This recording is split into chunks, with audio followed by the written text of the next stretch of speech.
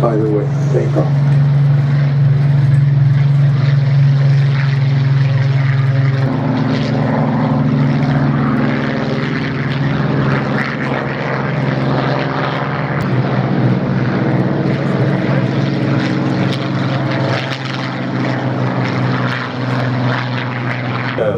With the Spitfire Orchestra.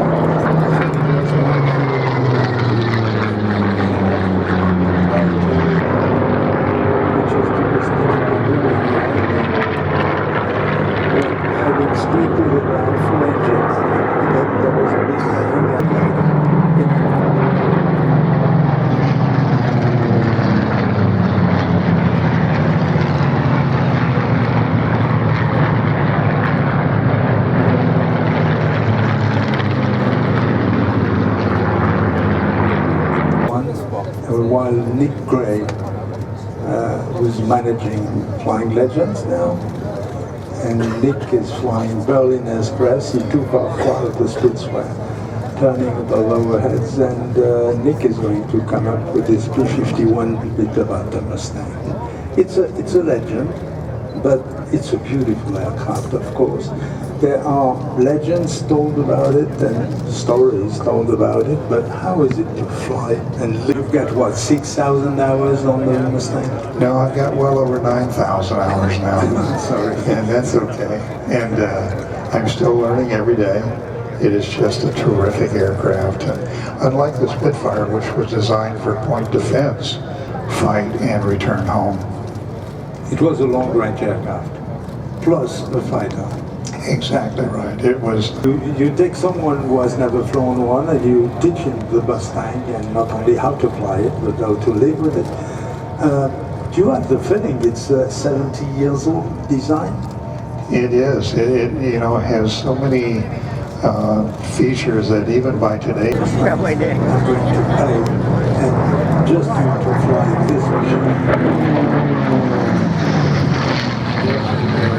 There'll be a lot of what we call orientation, so I really understand just exactly how it's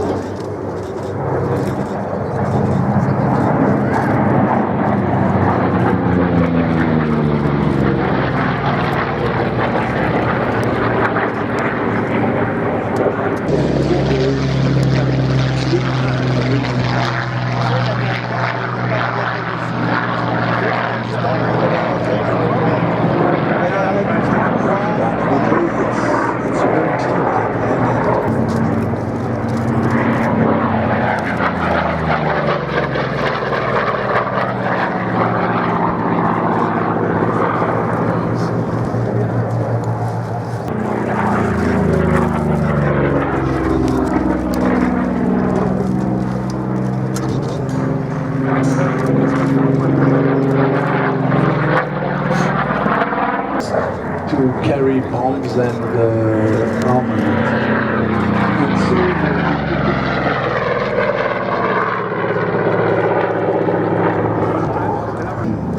With the help of a wing-borne radar and coming back to land.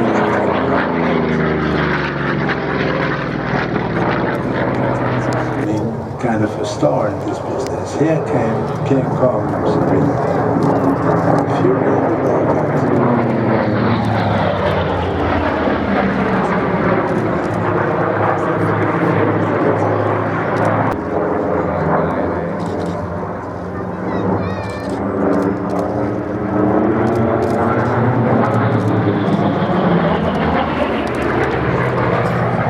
aircraft from North Korea.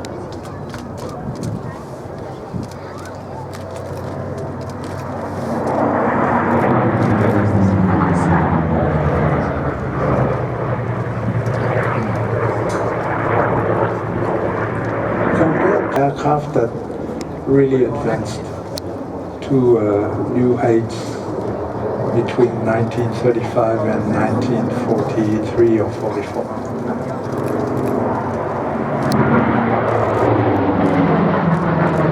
Energy and the exchange speed for altitude, altitude for speed without ever touching the feathers.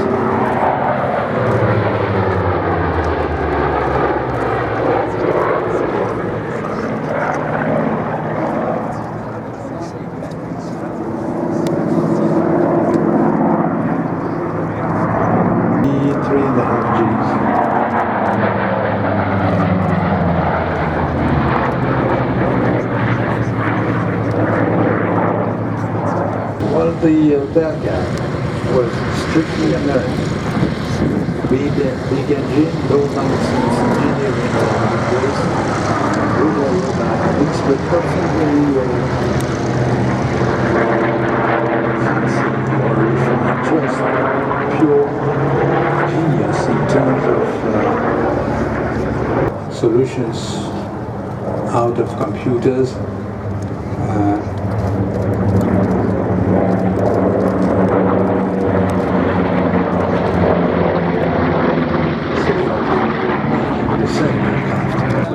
Came the Fury, and when he went into the Jet Age, he designed the incredibly beautiful Hunter.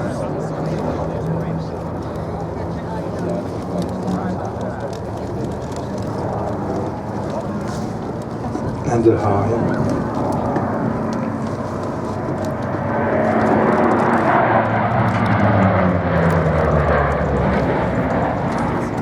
Insignia is a Seiyu head, complete with the feathers and everything, and it's inspired by the insignia of a very famous, legendary fighter group created in France during World War I, called the Estate for France during World War I.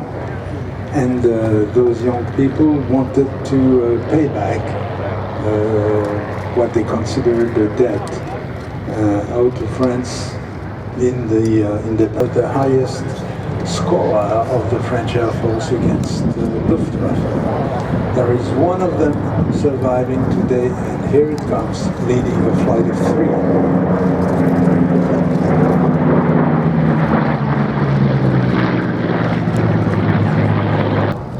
During Operation Torch in Casablanca in November 1942.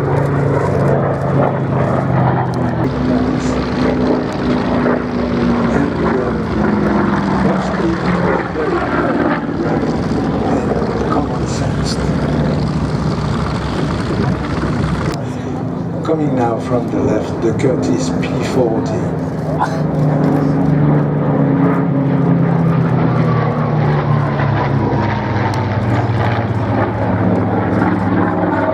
On the nose of the aircraft. On the 75, it's a round engine, a radial engine.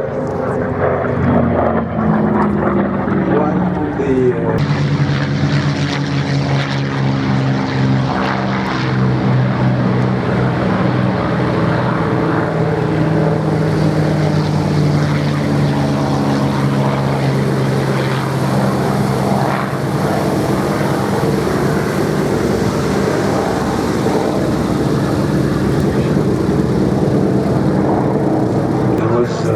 less maneuverable than most of its openings because it has less climbing capability, and, but it was very good.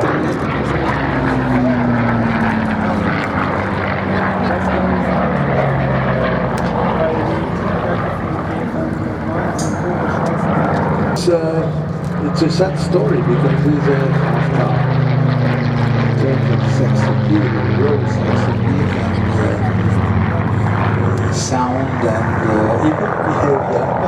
They are very friendly characteristics of this before the war machines.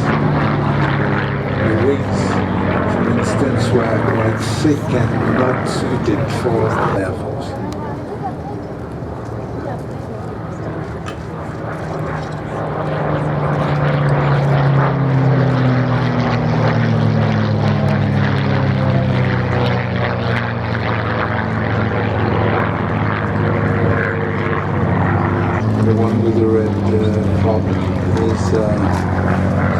40F, one of the late models from various weight. And this one is the early model, and it's a very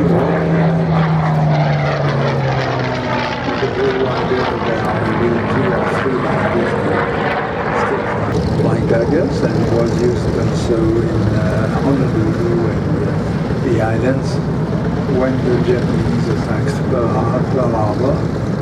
The flying in England. Landing a P-40 is an art in itself because it's an old aircraft, flying like old aircraft. When you come to land, you still have to fly it. Some people think that the flight is over once the wheels touch the ground, which is not untrue when you talk about modern aircraft, tricycle geared modern aircraft with a wheel under the nose, while the old aircraft have to be flown until Mustangs.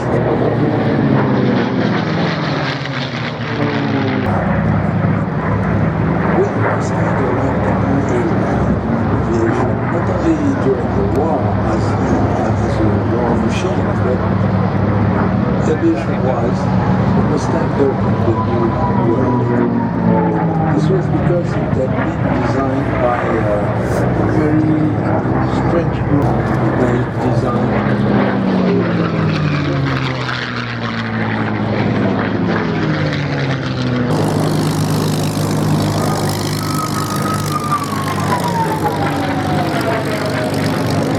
it had to be fast.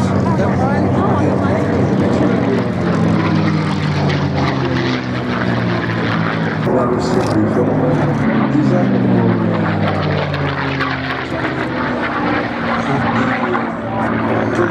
the California Technology Institute, far, and retained some.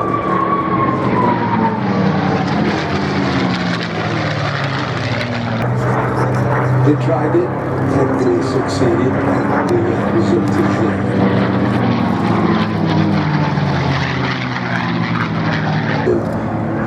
Is ecstatic the Japanese airfield near the prisoners' camp where the character spends most of the war as a prisoner of war, despite the fact that it was only a kid.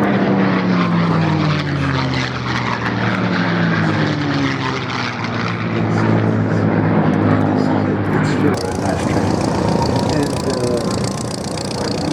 everything is very logical.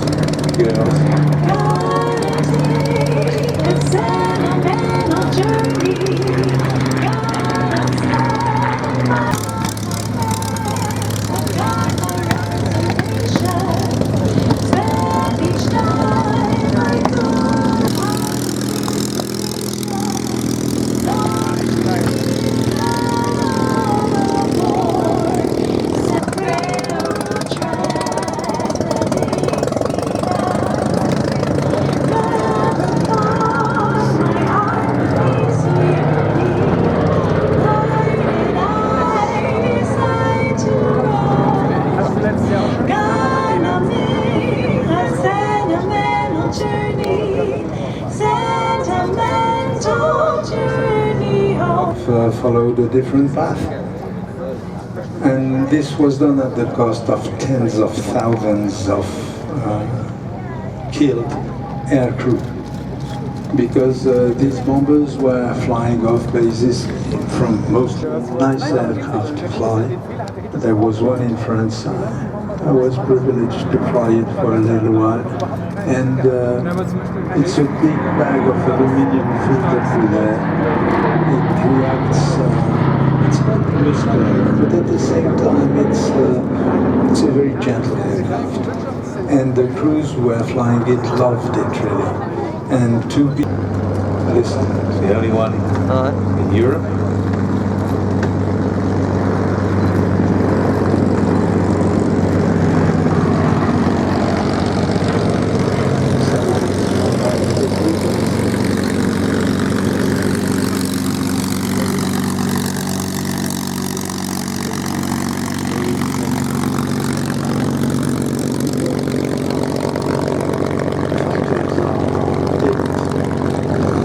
for strength.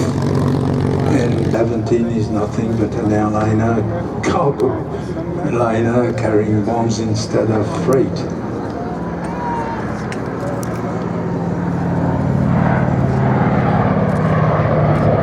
Apart from that, the third part of the story. At the same time, technically speaking, the B-17 is a beautifully designed piece of machinery. When you look at its proportions, at the ratios between the wing, the fuselage, the tail group, etc., and when you fly it, you find out that this is a proof of genius. Little moment of Nostalgia. recreating what anyone could see.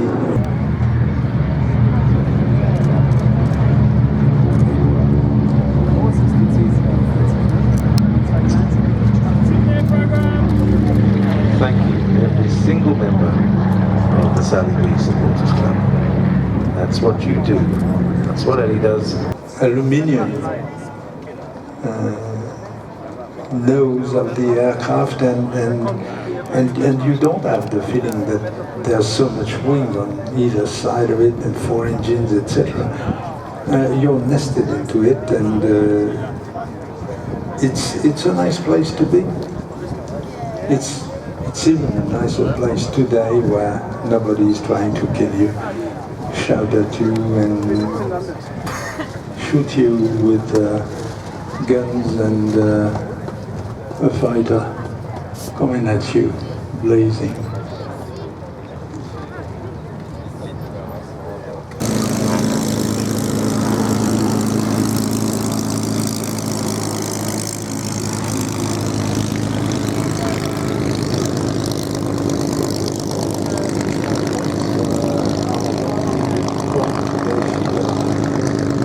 They are beach 80s, manufactured by Beechcraft Aircraft Girl, I think to remember. And their fortune, which was something like $500 of the time, which was not ridiculous. And they moved to California, to Los Angeles.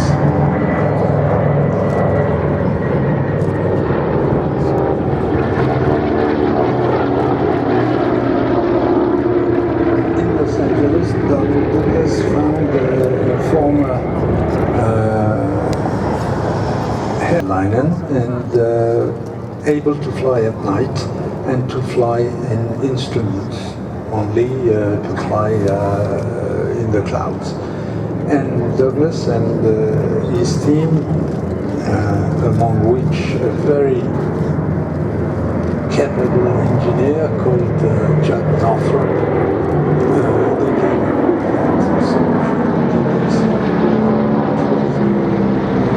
aesthetically speaking, the DC-1 was absolutely like the DC-3, a bit smaller, and that was it.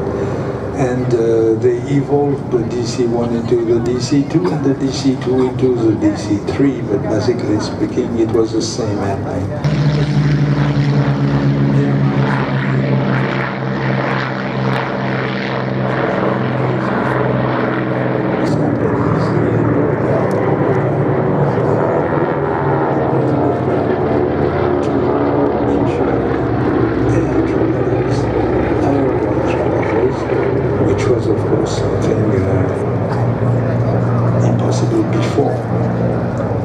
DC-3 were used, a reality. Then came World War II and the need for the military to transport cargo and freight and equipment and paratroopers and personnel all over the world. And no aircraft was better suited to that purpose than the Douglas. So with the military it became the C-47.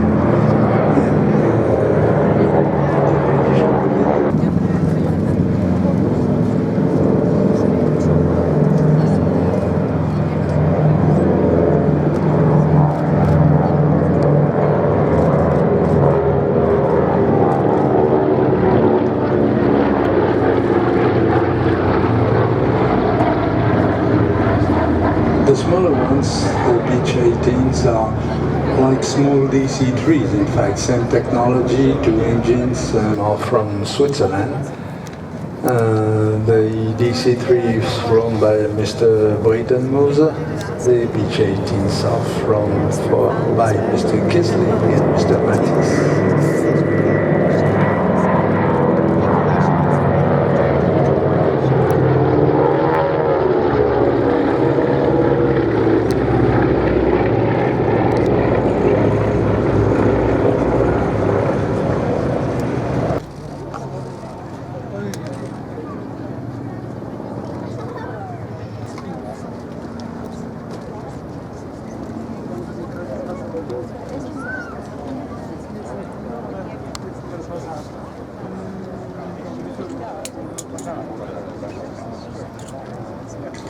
During that period of the 30s, what historians call the golden age of aviation, pulled them through the air. There were different schools of thought and thinking applied to flying, not only to the design of aircraft, but also to how to fly a flying machine. And Germany was, during the 30s, by the end of the 30s, was in the forefront of aeronautical technology and increased. For instance, one of them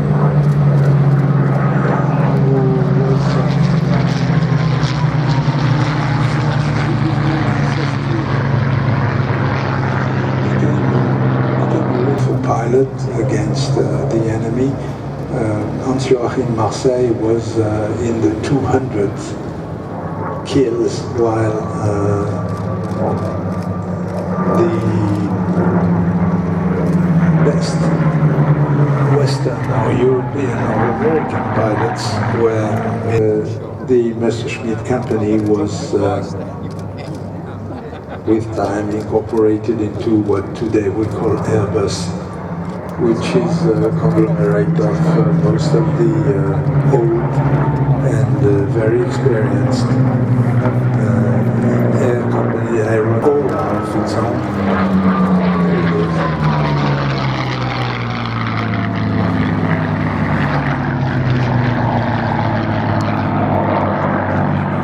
Followed and chased in the desert between North Africa and Egypt.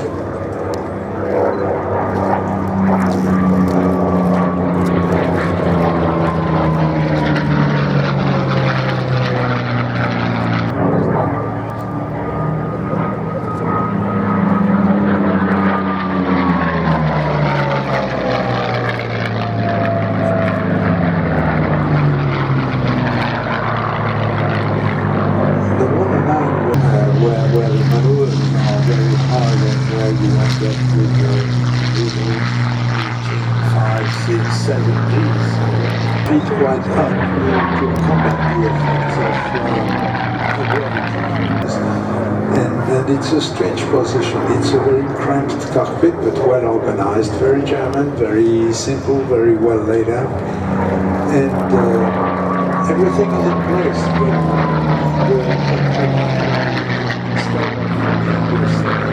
In 1942, we're experimenting with G-suits, and that these P-51 pilots, towards the end of the war over Germany, actually had G-suits based on water-filled bladders, but G-suits nonetheless.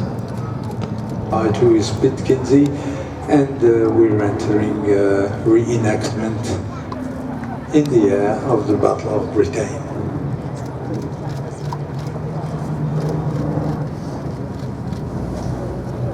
We've seen the Messerschmitt 109.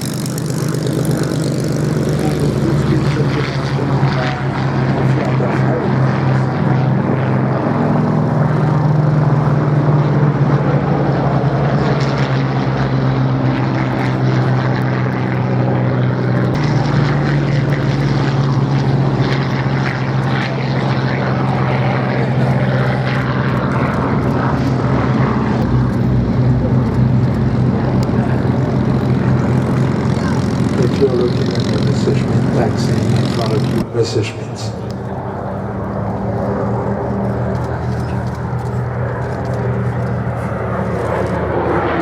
In front of them were Spitfires painted like these ones. The early, there was complete domination of the airspace above England.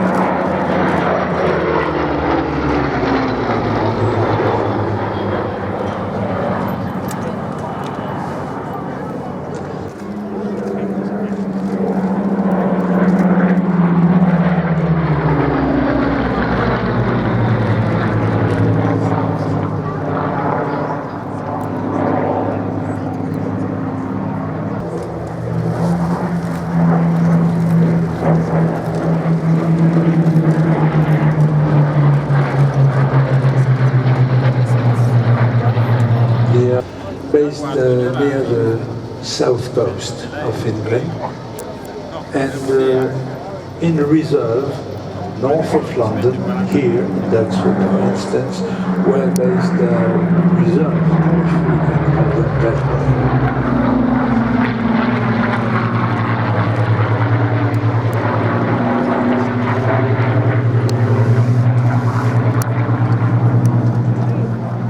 Superb. Just got to dive in here with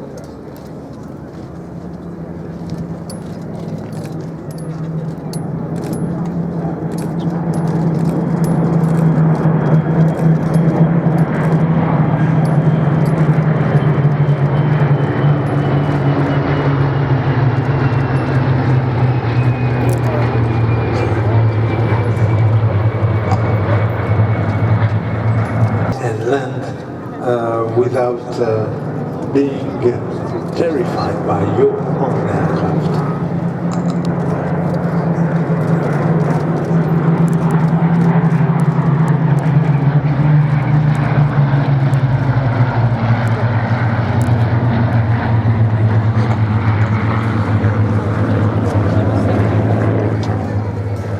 To build one, while a Messerschmitt was really factory-produced, consumable piece of equipment. The Spitfire too was very complicated to build. And aficionados will know that the two Spitfires we've seen in the beginning.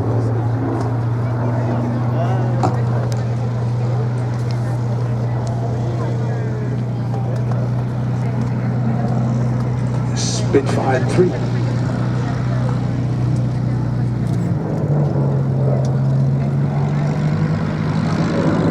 White and black Hurricane.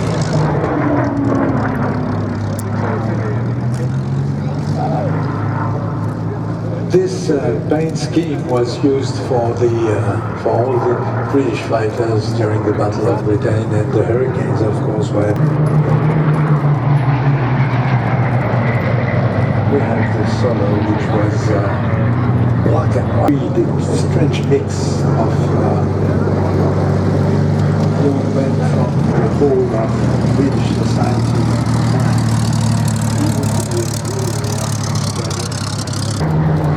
Fresh out of public schools.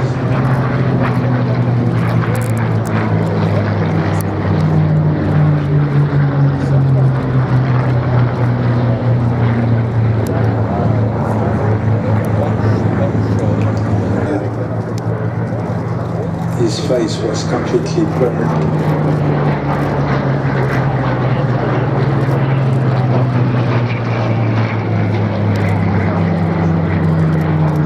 And sadly he crashed while returning to flight. He became a pilot again and was trained to fly on multi-engine aircraft and fly and crash during a night training flight with a plane.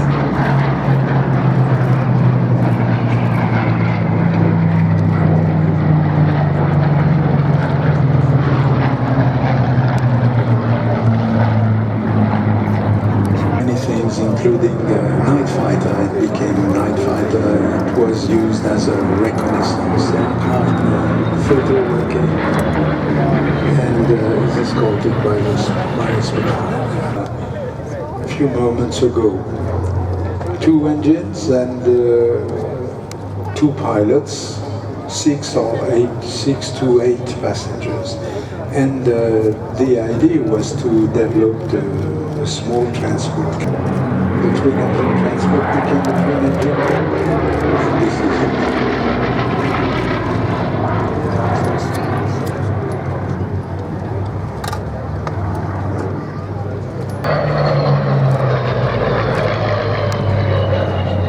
And it is flown by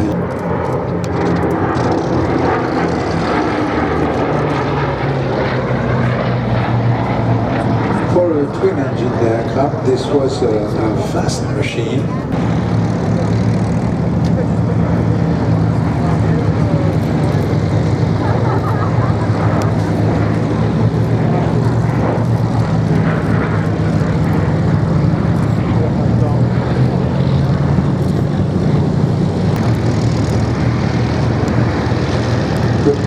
The blending was the pure Bristol.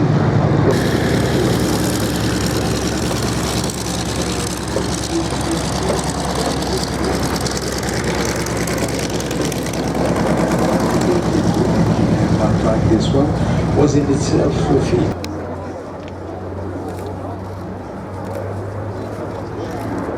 This is a blending at max speed.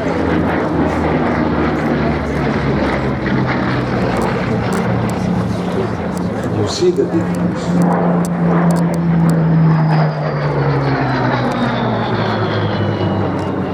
The speed difference between the real fighter. But the blending which is coming to land now was very remarkable.